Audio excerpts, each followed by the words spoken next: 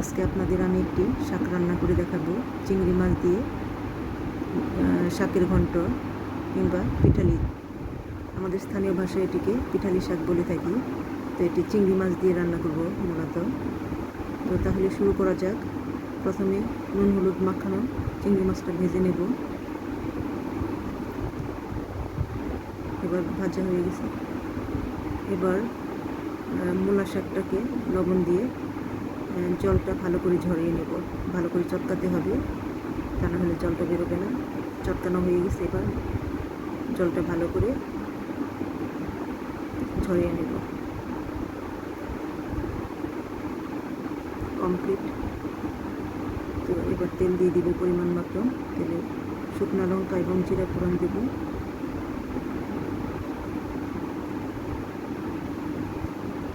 শুকনো লঙ্কা, তেজপাতা, জিরা ফোড়ন দেওয়া কমপ্লিট। এখন এটা বাদামি কালার হওয়া অবধি অপেক্ষা করব।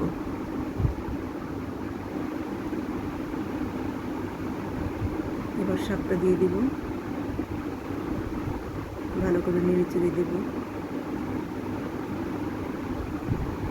এখানে দিয়ে দিব হলুদ গুঁড়া হাফ চা চামচ কাশ্মীরি লঙ্কার গুঁড়া। এবার নেড়ে চেড়ে দেব। পরিমাণ মতো লবণ।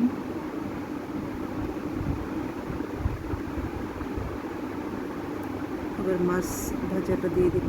সাথে আমি কাঁচা লঙ্কাও ভেজে রেখেছিলাম। কাঁচা লঙ্কার পরিমাণটা বেশি দিয়েছি, অনেকটা ঝালঝালি ভালো লাগে। তো আপনাদের বেশি ঝাল পছন্দ না হলে আপনারা কমও দিতে পারেন। এখানে আমি 2 টেবিল চামচ চালের গুঁড়া নিয়ে নিয়েছি, জল দিয়ে এটাকে মিশিয়ে নিলাম। এবার ক্রাশ করা রসুন দিয়ে দিলাম, 1 কোয়া রসুন এখানে।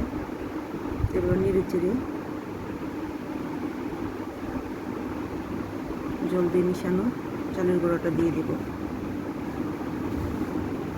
তো ভালো করে নেড়ে চেড়ে দিতে হবে, নাহলে দলা পাকিয়ে যেতে পারে। তো আপনাদের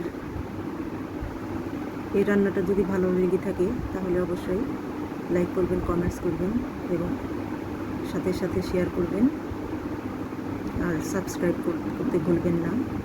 এবার ভাজা জিরা গুঁড়া দিয়ে দিলাম, ভালো করে নেড়ে চেড়ে নিলাম। কমপ্লিট আমার মূলা শাকের ঘন্ট।